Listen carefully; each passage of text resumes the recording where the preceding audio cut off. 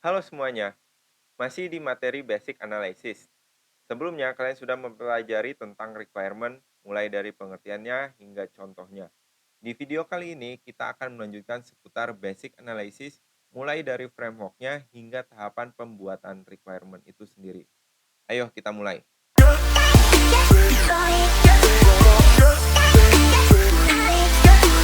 Yang pertama adalah Smart Framework. Smart Framework merupakan kerangka kerja untuk memudahkan kita dalam menyusun requirement. Smart dibuat oleh George E. Doran di salah satu paper yang ia buat di tahun 1981. SMART merupakan akronim dari Specific, Measurable, Achievable, Relevant, dan Time-Based. Kita bahas satu persatu. Yang pertama adalah Specific.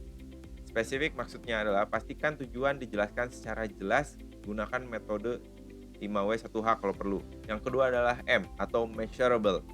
Tujuan harus dapat diukur. Setiap indikatornya harus dapat dikuantifikasikan. Yang ketiga adalah A atau achievable. Pastikan tujuan kalian dapat diselesaikan. Identifikasi dengan jelas setiap tahapan yang harus kalian lakukan. Yang keempat adalah R atau relevant. Pastikan tujuan kalian sesuai dengan tujuan bisnis yang lebih tinggi. Kelima yang terakhir adalah T atau time based. Tentukan waktu yang dibutuhkan untuk menyelesaikan tujuan kalian. Jadi kalian bisa menggunakan framework SMART ini dalam menyusun requirement.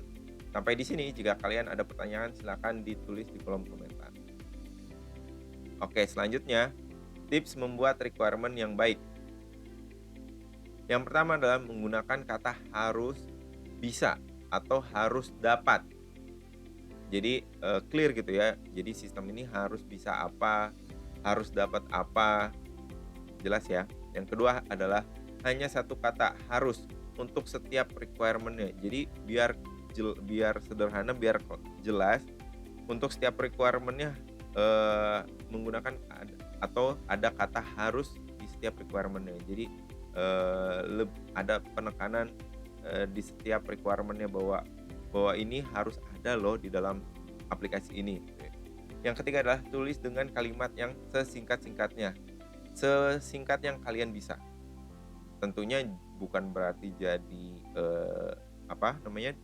dipotong-potong ya. Tetap harus jelas juga kalimatnya.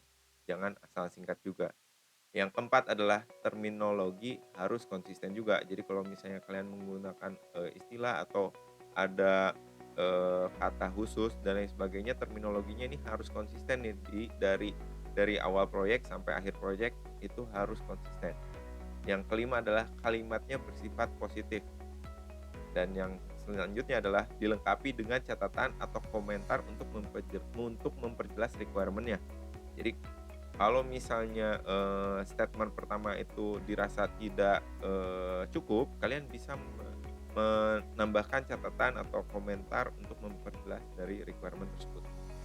Yang terakhir adalah jangan menggunakan kata akan maupun seharusnya, karena kata akan atau seharusnya ini tidak clear ya, bahwa apakah ini akan diperlukan ataukah ini seharusnya ada gitu kan. Jadi masih ambigu gitu, apakah ini harus ada di dalam sistem yang kalian buat atau tidak. Jadi hindari kata akan atau seharusnya. Sampai di sini kalian paham ya. Selanjutnya, tahapan dalam pembuatan requirement. Nah, ada 4 tahapan. Yang pertama adalah requirement elicitation. Yang kedua adalah requirement analysis. Ketiga ada requirement specification, dan juga yang terakhir adalah requirement approval. Nah, apa sih 4 tahapan ini? Nanti akan saya jelaskan di video berikutnya. Terima kasih kalian sudah menonton sampai akhir video ini. Jika ada pertanyaan, silahkan tulis di kolom komentar. Untuk video selanjutnya kita akan bahas tentang business rule. Jangan lupa like, share, dan subscribe channel Krisna Akbar. See you.